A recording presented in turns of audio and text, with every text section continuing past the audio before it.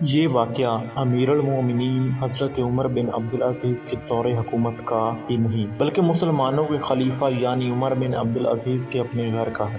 ایک دن آپ کے گھر کے صحن میں آپ کا کمسن بیٹا کھڑا رو رہا تھا۔ بچے کی ماں خلیفہ کی بیوی نے سوچا شاید بچے کو بھوک ستا رہی ہے۔ اس نے اسے سینے سے لگایا، اندر لے آئی، پیار کیا اور کھانا دیا، لیکن بچہ چپ نہ ہوا اور اس کی حالت بددستور وہی رہی۔ تو ماں کا دل بچے کی اس حالت پر تڑپ اٹھا۔ اس نے بڑی محبت اور شفقت کے ساتھ بچے سے رونے کا سبب پوچھا۔ بچے نے روتے ہوئے ماں کو بتایا، ماں میرا لباس جگہ جگہ سے پھٹ چکا ہے اور جہاں سے پھٹ جاتا ہے آپ وہاں پیوند لگا دیتی ہیں۔ اب تو میرے لباس میں اور پیوند لگانے کی جگہ بھی نہیں رہی۔ مدرسے میں میرے سارے ساتھی اچھے کپڑوں میں آتے ہیں، وہ میرا مذاق اڑاتے ہیں، کہتے ہیں تم خلیفہ کے بیٹے ہو کر بھی اس حلیے میں مدرسے آتے ہو۔ ماں نے بچے کی یہ بات سن کر بہت رنجیدہ ہوئی۔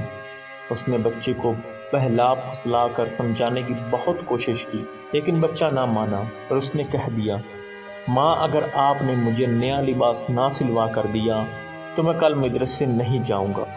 اسی دوران حضرت عمر بن عبدالعزیز گھر میں داخل ہوئے۔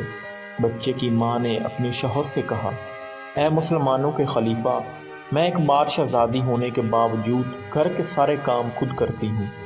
میں نے روکھا پھیکا کھا کر آپ کے ساتھ گزارا کیا ہے، ہمیشہ آپ کی اطاعت کی ہے، آپ کے حکم پر اپنی دولت، جائیداد اور زیورات بیت المال میں جمع کرا دیے، آپ سے کبھی کوئی فرمائش نہیں کی، لیکن میں یہ برداشت نہیں کر سکتی کہ میرے لخت جگر کو مدرسے میں اپنے پھٹے پرانے لباس کی وجہ سے شرمندہ ہونا پڑے، لہٰذا آپ آج ہی میرے بیٹے کے لیے ایک نئے لباس کا انتظام کریں۔ حضرت عمر بن عبدالعزیز کے دل پر بیوی کی ان باتوں کا گہرا اثر ہوا۔ وہ بھی اپنے بچے کو نیا لباس دلوانا چاہتے تھے، لیکن ان کی جیب میں پھوٹی کوڑی تک نہ تھی۔ چنانچہ آپ نے بیوی سے کاغذ قلم منگوایا اور بیت المال کے وزیر کو ایک رکا لکھ کر بھیجا کہ میرے اگلے ماہ کی تنخواہ میں سے کچھ رقم پیشگی دے دو، اگلے ماہ تنخواہ سے کاٹ لینا۔ کچھ دیر بعد بیت المال کے وزیر کا جوابی خط ملا، جس میں لکھا تھا، اے خلیفہ، آپ اس بات کی کیسے ضمانت دیں گے کہ آپ اگلے مہینے تک زندہ رہیں گے اور خلیفہ کے منصب پر فائز بھی رہیں گے؟ عمر بن عبدالعزیز یہ سب پڑھ کر خاموش ہو گئے، بھلا وہ اس کی ضمانت کیسے دے سکتے تھے؟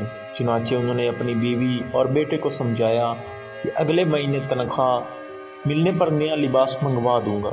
اس سے ہمیں سبق یہ ملتا ہے کہ کیسے ایک عظیم مسلمان حکمران کے حالات زندگی سادگی اور دیانت سے بھرپور تھے۔ کہ ہم اپنے آج کے حکمرانوں سے اس کی توقع کر سکتے ہیں؟